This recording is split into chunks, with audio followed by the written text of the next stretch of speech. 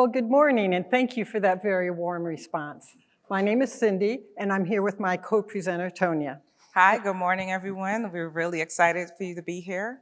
Just know that at the end, we're going to flash a light and everything we say will be gone. But we really just want to take some time and tell you about the journey that we've had bringing FinOps to the Central Intelligence Agency, as well as throughout the intelligence community. Yeah, we really want to give you an idea of the different levels that we had to really focus on. And keeping in mind, all of this is done with mission as our core, right? So everything we're doing is either mission or security. And so there's an extra layer, so to speak, of why we have to do things in maybe a different way than maybe most. This morning, we want to paint for you a picture, a little of what we do, who we are, what our landscape is like, the hurdles that we go through, and we just want to be able to share with you some of the perspectives that we've had. We're going to do this sort of in two different groups, two different perspectives. I'll start with the strategic, what are we thinking about in the area of FinOps, what it took, our journey that we were on. And then Tonia, what will you talk about? I'm going to be talking at the division level. I'm really one of Cyndy's ambassador groups that help to propel. Hey, you gave them part of the pitch here. I'm sorry. Oh, okay. Yeah, but we really help. I'm going to be talking about all the steps we did in order to really progress the work that Cyndy was already doing. We're going to talk a little bit about the lessons learned, the challenges that we had. And so you're going to get a little bit of a microscopic view of what we were doing. So you won't get as much theory in this class, but you'll get a lot of the lessons learned, and we'll share with you our practical steps that we took as we are trying to build a sustainable FinOps practice. So hopefully let's embark on this journey together. Let's have some fun, and hopefully you'll take away something that you can take back to your organizations that may be a little bit different than what some of the information that we've been getting today. So would you like to share a little bit more about who you are and what you do? Sure. You are wiping their memories, right? Yes, okay, yes, good. Definitely. So anyways, again, I work in CloudWorks. CloudWorks is an office within the Central Intelligence Agency, and we're responsible for managing the C2E program.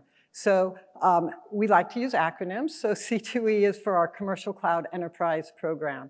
And this is what provides cloud to the intelligence community. And the intelligence community is broader than just a few agencies. You're probably familiar with some of the major alphabet government agencies that fall within the intelligence community. But there's some other nexus across federal government and again with our partners in the DoD. So our CloudWorks, again, we're just responsible for setting this up, bringing these cloud capabilities so that we can use this in this environment. Also, my day job is to be the division chief of Console. It's one of the divisions within CloudWorks. And as the chief of Console, I run and advise the Cloud Center of Excellence for our C2E program, which again serves across the intelligence community. And I run our DevSecOps group. I lead all of the tools that help our developers. Our mission is literally to make the developers' lives better. And so I also got a team or got voluntold to work on FinOps in my area. My background is in transformation, so change management is a big part of that. And I think, as we probably all know, that a lot of us are changing culture when we're implementing FinOps. So those are some of the things I do. I'm really heavily, really focused on how I can make remove the cognitive load for developers. And so as we implement FinOps, those are some of the things I'm looking at to make it easier for them to actually adopt. So Cyndy, let's get started. Sounds good. Well, for me, it all started back in 2013, 2014, and that's when the agency and the intelligence community made a big bet with cloud. And not only did it take us, we had to partner. So we came alongside, or a cloud service provider came alongside of us, made this big bet, and again, another acronym, So thus started our C2S program, which is the Commercial Cloud Service Program. Again, providing a cloud to the IC to consume. But we had to build our own air-gapped cloud. So for those of you that maybe aren't familiar, yes, we can utilize the public cloud, but we have some folks across our intelligence community that have secret workloads that they need to partner with and to work on. And so we needed an air-gapped region for secret. And then we, in addition, have some other more sensitive, extremely sensitive data. We needed a separate air-gapped. So we had to partner with somebody to bring us these cloud services into two separate air-gapped regions. For me at the time, back then, as all of this was coming, I was in an office and we were in charge of our mission application portfolio. And so it was my job to understand the costs for those, the compliance, and to do that, I knew I needed to get data and gather data. And so being new at all of this, I just worked with teams to build scripts and gather this data. And to me, that was my start in FinOps. So what were the early days like? What were the unique challenges that you had? So we're not that unique in the area of FinOps. We had all the same problems that all of you have had. It's the steep learning curves. It's this is new and unfamiliar. I don't maybe have the right resources. People have to learn new skills. And we also needed to make sure that what we were doing wasn't going to disturb our mission effort at all, right? We couldn't bring something in that was going to distract from our key process, which is mission. But we do have a couple areas where I think we might be slightly more unique. One is in how we do contracts. If you work in government, we have some additional regulations and laws. So that is a challenge for us. But the biggest difference really is that cloud, that air gap. Again, we can't be connected to the internet, and we have to have the clouds that can service our unique environments, our regions that process secret data, and then the more sensitive data. So we often call this time, and the other thing to point out, they did have to, our cloud provider had to rewrite a lot of their services, right, and reconfigure things to work in our environment. So there was a lot of additional work in that part. We equate this time to the Wild, Wild West. There was a lot of new territory to explore, and we are very good at exploring. Definitely. What happened next? So next, like most efforts, we started with a lot of energy. We had a lot of can-do. We knew what we needed to do to collect the data, and we knew that we could do it.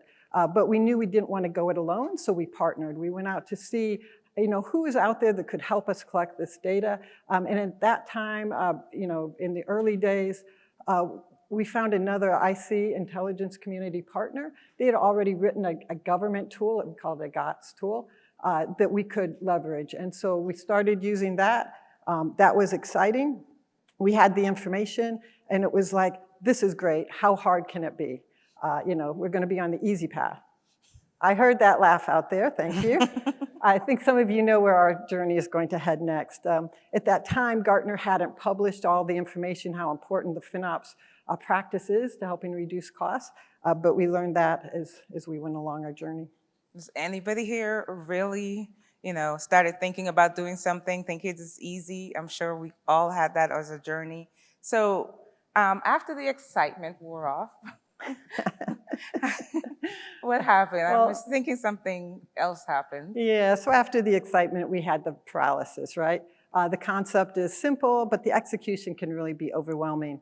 Having the tool to collect the data, that's great.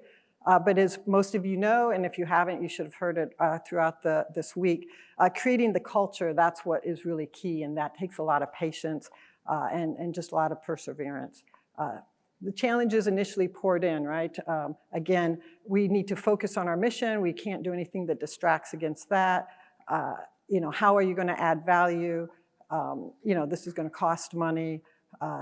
And then a lot of people had a lot of great ideas, and so then you get a lot of folks off doing their own thing, and we needed to try to bring that back and try to do things more centrally so that we could all benefit and not all be trying to solve the same problem. Tonia, your thoughts? Yeah, so we did a lot of partnerships. One of the things I learned very quickly was I didn't know what I didn't know, so I needed to bring in some expertise. We partner with our technical staff. Each area, each team has a TD. And what we did was we brought in the TDs for the different divisions that were interested in doing this work. We actually went to project managers. We have a couple of project managers who already started down this path looking at cloud spend for their projects. And they were already entrenched and knew some of the pitfalls. So when we started bringing data in, we called them to the table and said, so this is what we're thinking. Is this what you would do with this work in your project? And then our executives.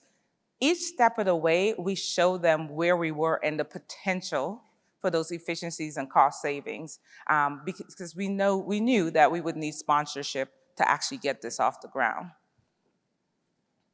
So I think one of the things we're going to be highlighting a lot is just the partnerships that we have. So Cyndy's going to talk to us a little bit more at her level how those partnerships will work. Right. Yeah, partnerships are key, right? It's the key to our success. About a little over a year ago, I moved to my current position within CloudWorks, again, heading up our Cloud Center of Excellence and trying to facilitate this adoption. And so it was really important to go out, work across the intelligence community, see all the good work already being done, see how we can leverage that, see how we can share the information so that we can do things faster.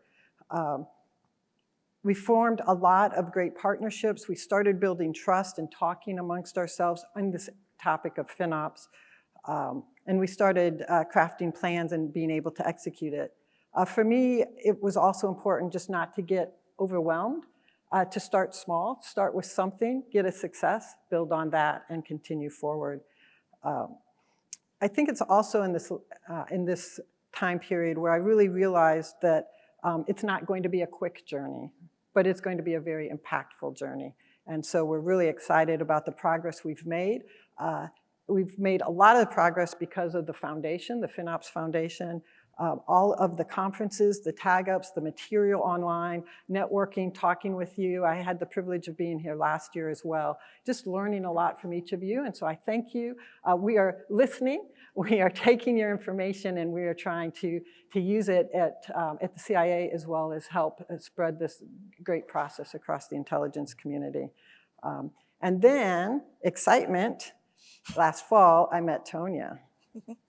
Yeah, so we met last fall. One of the things was, so you're going to hear this a bit later, but I took over this DevOps department, and there was this thing. Just my boss said, "Hey, we should be focusing on this. I haven't had that time," and so I basically got voluntold to work with, and I found Cyndy.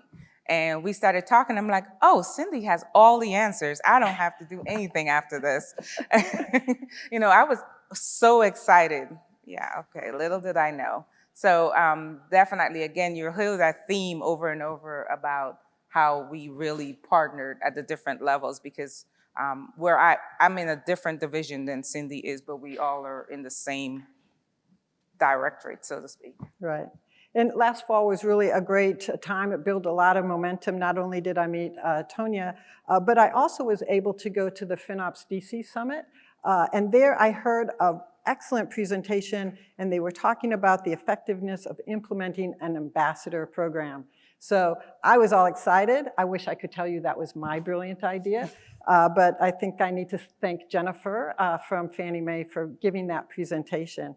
What we did then is we took that and we brought that into us, and we're starting to do that now. Tonia is our first ambassador, and we will take those lessons learned and those processes that Jennifer implemented and do the same thing by building a community of our ambassadors, lessons learned, blogs, making a way that they can share information, so how we can improve our FinOps program, how we can better do dashboards and meet their needs, so that Tonia and the other key enablers that we are finding can be those boots on the ground that can really get the work done. And at the end, I'm really excited, because then what you have is you have teams helping teams, you have offices helping offices, and then we have agencies helping agencies. And that's where we're really going to get the momentum moving with implementing our FinOps practice. So as far as successes, It's been exciting to partner again with colleagues across the IC and the DoD, other federal offices. We've been starting monthly meetings where we can get together and we can share successes, we can talk about challenges. We're also really fortunate because our cloud service providers also attend some of these monthly meetings. Usually we don't have more than one at a particular meeting.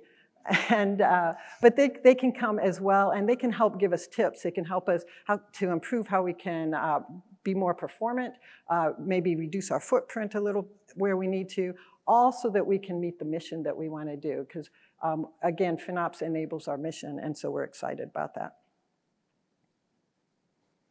We did have an unexpected surprise. So we do campaigns. So we do a FinOps campaign. And so recently we did our GP2 to GP3 campaign. I think most of you are probably familiar with that.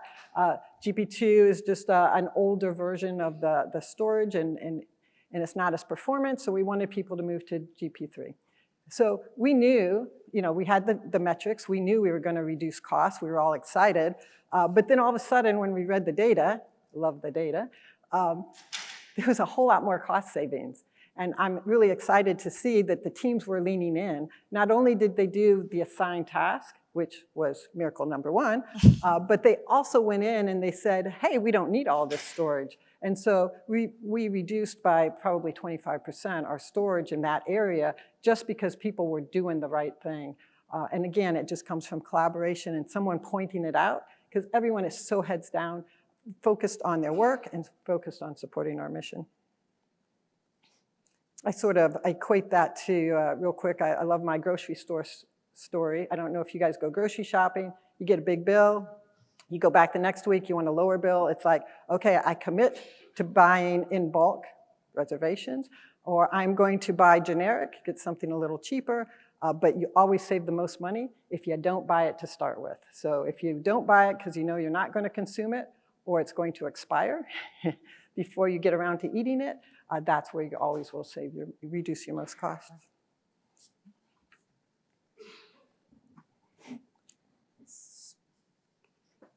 So we were just talking about our cloud providers.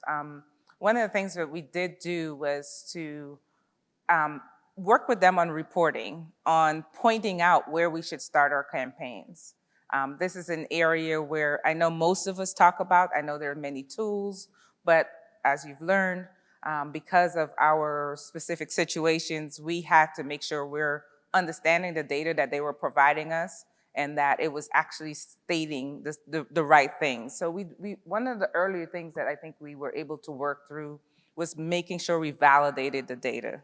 Because if we were gonna bring this data to ask everyone and show potential savings, we knew that that was gonna be one of our first challenges, is everybody's gonna say, I don't think that that's correct, especially when that data is having to move from the CSP into a GOTS tool.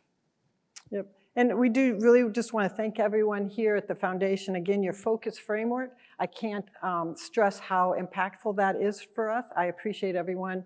I don't know if anyone in here has contributed to that, but thank you. Our country thanks you.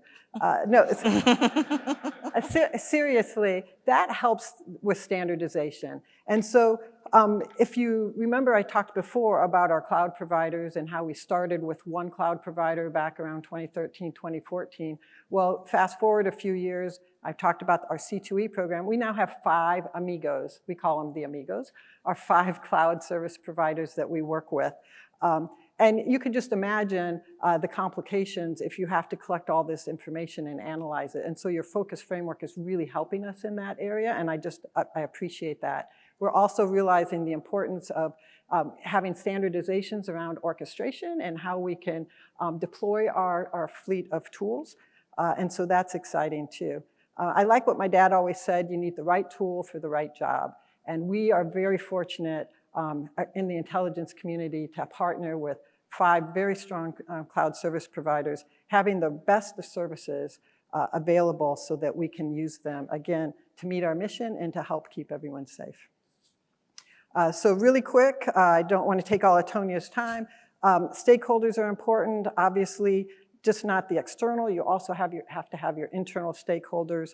With us, it's exciting because we have so many organizations represented in the intelligence community. And the benefit of that is you have a lot of stakeholders, and as you make your data transparent to them, they can see what others are achieving, and that naturally sparks a lot of friendly competition. And friendly competition always creates innovation. So I know some of my folks, my peers from the IC couldn't be here today, but I promised all of them I wouldn't let you know who's at the head of our leaderboards. We do start keeping track, but I can report that the teams are crushing it. The agencies are really leaning in and trying to use cloud and use IT where it makes sense. So with that, Tonia, why don't we pivot a little and you can talk about your story. So yeah, I came in and I mentioned the fact that I met with Cyndy, but really what really sparked the conversation at the division level, the division that I'm a part of, we are really focused on missions applications. So this is a very important part for us to make sure that we are supporting mission at speed, scalable, and we definitely don't want to do anything that impacts it. So part of me onboarding into my new role of DevSecOps was to get demos of everything in my portfolio. One of them is the GOTS tool that was mentioned earlier. And the first thing, and I think they do this on purpose, the first page of the first dashboard was all of the unattached storage that was there. It was mind-blowing. And my TD and I, we were sitting through the presentation, and of course, he's been there longer than I have, and so he starts going, I know that program, that shouldn't be happening. I know this is happening. I think he must have sent out 4 or 5 emails immediately after, starting to ask questions about the unattached storage. And so that actually really lit a fire. Okay, there is something here. We definitely have tools that's already showing the information. So as much as I'm dramatic when I say, okay, I didn't have a FinOps team, I had no budget, I had no people, there were people doing this in pockets around the organization. There was a tool available for everybody to see what was happening, but there wasn't a concerted effort yet. There wasn't a FinOps team as yet to help drive these efficiencies. So that was that's kind of how I got started, and then I met with Cyndy. So what came next after that? So I set up meetings, weekly meetings, literally, to start going through this data. We started to see all of the different areas that we can potentially save. We started to ping teams and say, why are you doing it this way? I think you have to know your audience. You can't just go and attack an engineer on on what they're doing. You can't just go and send an email up and say, hey, your team is not doing this. You have to really work with those teams and build some ground momentum around it. So I started researching, with Cyndy's help, the best practices. I went out to FinOps.org and I started telling people, this is a thing. We need to start, doing this. And once we showed from the tool we had the potential savings, my management really got on board. They were like, okay, just keep bringing us the information as you build. And so that's another thing that I learned from just change management is at some point I'm gonna need executive sponsorship to actually really get this going. And so that's kind of how that conversation happened. Working with Console, they already had tools to help teams if they needed to onboard and do this work. So we really leaned into that. When you're not staff with a full team and you're asking people to do things, you have to find ways to actually support them to do those things. So we were really honest in working with the teams. We really asked them, how can we help you? And we utilized what we already had. I think the biggest thing that we were learning at the time was that just having a conversation was actually a good start for us. I think sometimes we want to boil the ocean but we needed to just start having these conversations. Cyndy was having it at her level, and I started having it at mine. Right, and I think that was really transformational for us because we were combining forces, right? And so then we could go farther, faster. Right. And again, it's exciting to see it grow, to see it spread. And again, by doing this, we're able to better meet our mission. Exactly. So we mentioned the tool earlier. It had a lot of information. It told us a lot of different things, but it wasn't quite actionable. It wasn't something I can put on a slide and give to my executive, right? And so we were very lucky to find, if anybody's in HR, we found a unicorn. This person knew, he knew cloud, he understood cloud costs, and he knew Power BI. Those two things together allowed us to start building out a dashboard. What that dashboard entailed was a view for executive management on 5 key areas that we were going to target. For us, we needed to make sure that whatever we started with was limited to no mission impact. So we had to really focus on that. We also wanted to make sure that if project managers are going to get this tasking to do something or to make their teams do something, they may not always understand everything that's happening in the cloud. So we had to make sure it was something they can digest and then make sure that they're able to task their engineers and developers to do that work. We wanted to pull in our contracts data, right? We wanted to see what those obligations were and how we were spending to that. We brought in our billing data. We were able to, work with different teams. The finance team in my office was really a great help. They told us these are the bills we pay every month. Yes, we know the CSPs just provide us these, but we had to go to the folks that were actually paying the bills and say, hey, can we see and make sure that what we're seeing in the tool is actually marrying up to the bills that we're receiving.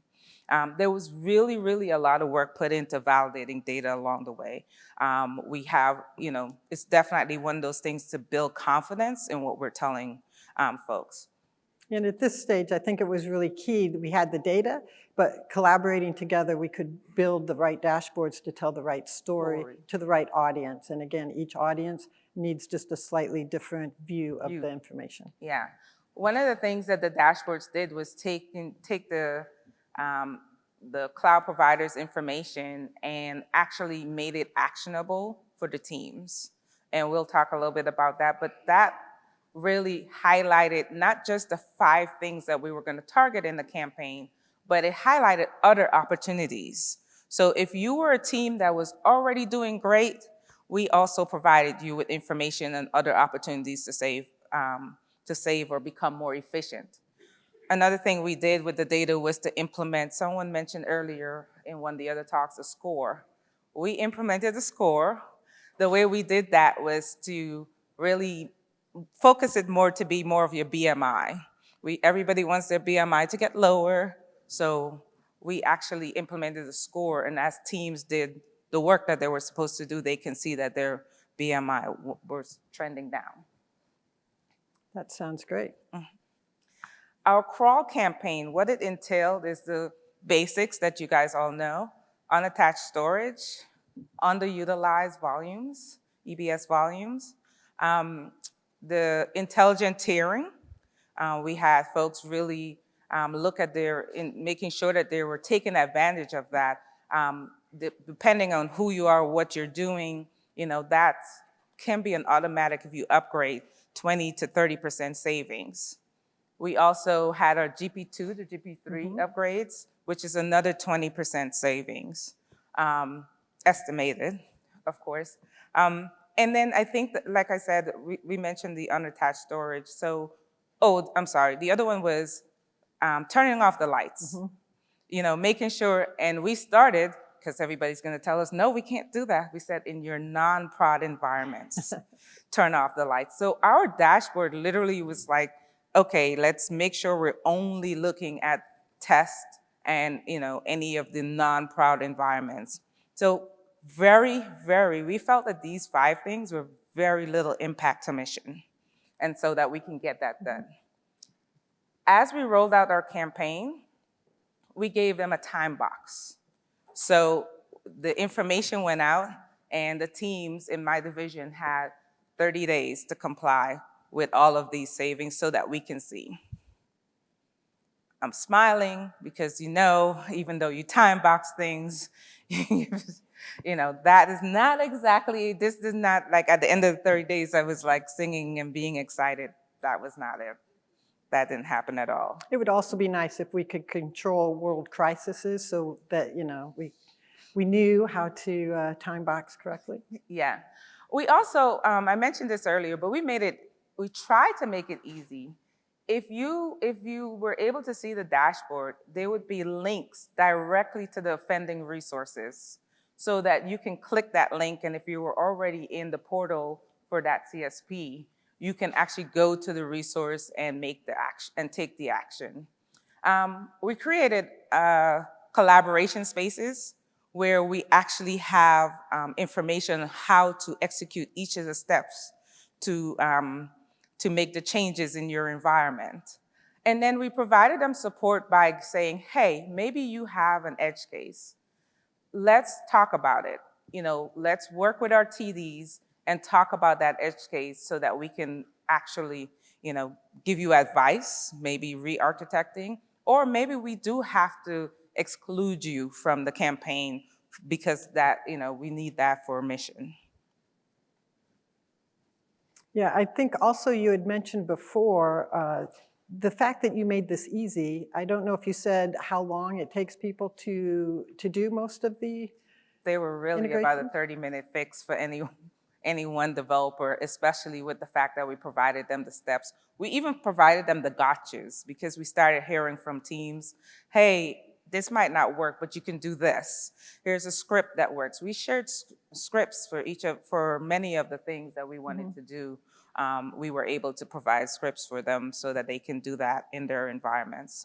And then we were able to leverage that information, and now we're creating a space where we can share all of this information again across the IC, and all the other folks within the IC that are doing some great work can also share theirs. So again, we don't have to go it alone, and that will help us go farther, faster. Most definitely. So I kind of gave you that smooth path. It wasn't all sunshine. I think my favorite ones were, we don't have time.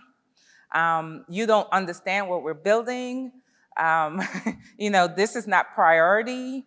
Even though this was a tasking directly at that point, just to give you a little bit of overhead, in my division, last fall, what was done was to make it a strategic target for us to decrease our spend by 15%. So it was an initiative for the entire division, so everybody had to play a role in that target. So you think, okay, that target is out there, everybody's gonna do their part, but we still had to, once again, make sure the data, each team, we met with each individual group and team in that division to show them their numbers and ask them, hey, do you agree with this? This is your target. There was a lot of that conversation. So it wasn't a lot of technical. It was a lot of really making everybody comfortable with the information we were sharing. So even though we made it actionable, we still had that pushback. We still had to fight those battles at the level. I think the other thing too was, it was one of the many things that we were asking our teams to do. So we had to then help them prioritize. How did we overcome that? We worked with the project managers where possible to say, you need to add this to a sprint. Figure out how many points and make sure you're adding this into your sprints to make it more palatable for our development team. So Tonia, where do you think we are now? So I believe personally we are in that walk phase. We've come out of the crawl, we're definitely in the walk. We've informed, we're understanding our data. We're making things easy for everyone to understand, and we're educating along the way. What about you? I think so too. We're definitely standing, so that's exciting to see. Can you give us just a little more what you're doing next as we're rolling out the pilot? So the pilot or my ambassadorship in my division went well, and we briefed this to our technical levels of the agency, and they have now adopted this to roll this out agency-wide. We were able, the dashboards and everything we built, we were able to scale it up and started to show the data on a larger scale. And it did not take much to be able to start showing that. So as we speak, we are in a agency-wide rollout of just those 5 items to have that completed in the next several months. Yeah, that's really exciting. So I guess one of the next questions is what's up next, and I'll give my take and then you can add. I do have a whole list because I like to be an overachiever. We're often overachievers in the intelligence community, but we really want to build on the momentum and the trust in the data and the transparency that we've started. We want to be able to give our execs more insights and the teams more guidance, right? To centralize our education and our strategy. And again, we want to share what we know so that we can all just go farther faster. And again, we need more ambassadors, not just within CIA, but across the intelligence community and all of our partners in the DoD and others, so that we can all share in these benefits in this, and just getting to the place where we can sort of take infrastructure out of the picture and focus more on our mission, right? And those apps that have to reside on top of that infrastructure. We definitely want to improve our billing process. In the government, it's always important to pay your bills on time, so we're committed to doing that. We want to also create some design patterns, right? Because besides just, now that we understand the data, we can also sort of see how our systems are designed, and are there some patterns? Is there ways that we could maybe standardize that and give some guardrails so that as we move out and do new applications, that can go through quicker. So we're excited about that. And of course, we couldn't do a presentation without AI, so now comes the AI pitch. We have aggregated our metrics, and what we want to do next is put them into a data lake and then take a lot of the great AI features and then use that on top of the data just to help drive better insight faster. And again, as we move more into actually using AI for mission to also understand how we can better tune our systems so that we are getting the best bang for the buck for each of our dollars. Yeah, and for my level, being a part of the developer experience, I think I'm excited about the fact that there's a lot of conversation we've been having here at the conference about shifting more to the left. I want to see how we can, with the tools and the things that we have already, incorporate some of those lessons and the things that we've been talking about here at the conference and shifting to the left. So I think that's one of the big things, along with the focus framework and the data. My team is a big part of supporting Cyndy and all of the getting that data into our tools. We're part of the toolkit that she uses a lot. I think we're wanting to wrap it up, so maybe we can get some questions. Do you have just a couple lessons learned? Did you? Yes, I'm about to. Okay. Talk about those. So start where you are, okay? It was a lot of data. It wasn't perfect. We started sharing the insights that we had immediately, even though we found large anomalies that we had to fix. So I think one of the biggest things I want to say is start where you are, and then build from there. We like to say we were building it, or we were doing it while we were building it. We were doing it all at one time. It can be a little overwhelming, but I think if you don't start, you can end up in that paralysis. Build relationships. Relationships help you get there faster. You can get tunnel vision in this work. You need to get that outside insights, and definitely making sure that you're getting sponsorship. Most of the things that we've been able to do, we had our executive sponsorships. We're still building that sponsorship. It's not something you do just once, and you need it at so many, especially for us, we need it in all of the different areas in our organization, but definitely build those relationships. And I think make sure things are actionable. If you're going to ask your developers to do something, make sure that it's easy and actionable for them. I'm sure everybody's been in looking at all the different tools, so there's a lot of tools out there to help you. But, depending on where you are, you might have to do something homegrown in order to achieve that. But let's work on, I have a soft spot for our developers, work on making sure that we're, taking that cognitive load off of them so that they can actually get those cool applications and AI bots out there. Anything you want to add? I would just say use your resources, phone a friend, build your FinOps network, and just stay connected. Don't go it alone, that won't work, and just build upon the successes of others. We really appreciate you listening to our story. I think we saved just a few minutes for questions, if there are any. Otherwise, we can conclude. Let's give them a big round of applause.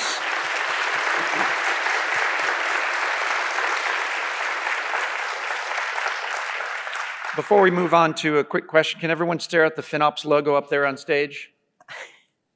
All right, I just had to clear your memory there. Who has a question? So would you be giving away government secrets if you shared your waste busting scripts with all of us? So I have contact information. See me afterwards, and we can chat about that.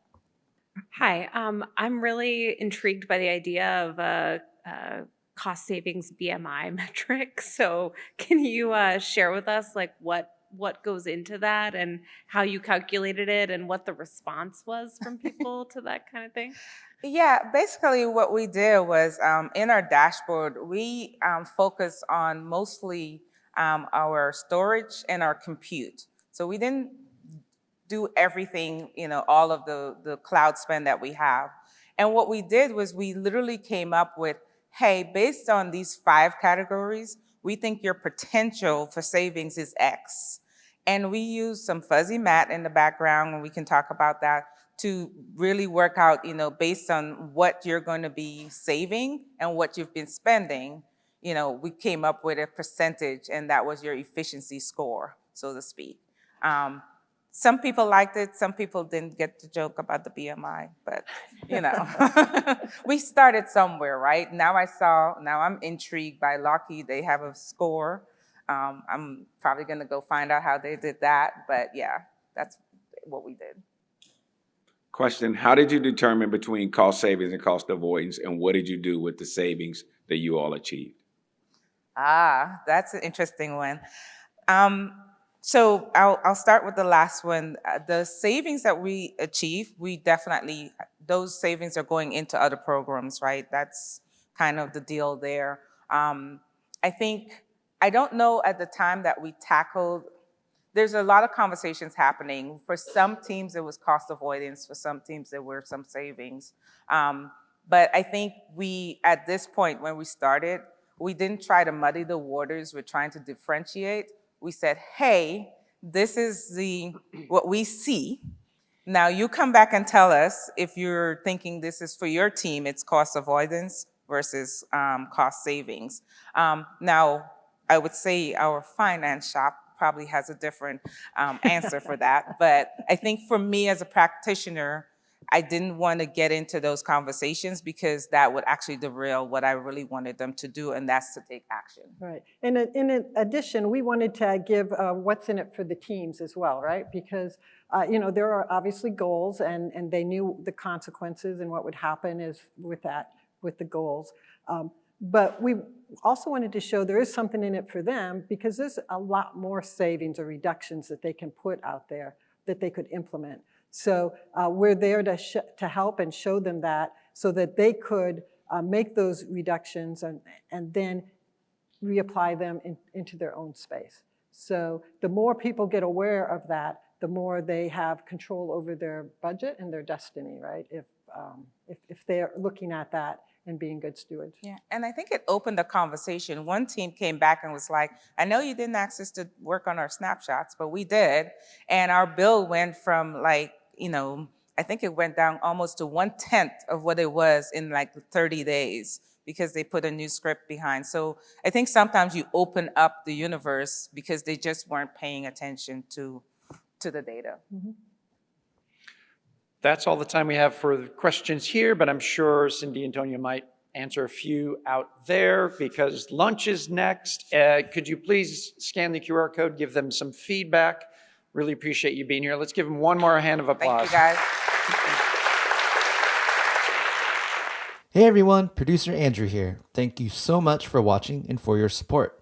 For more FinOps X 2025 content, go check out our YouTube channel. Like, subscribe, and leave comments and questions for all of our wonderful speakers. We appreciate your support.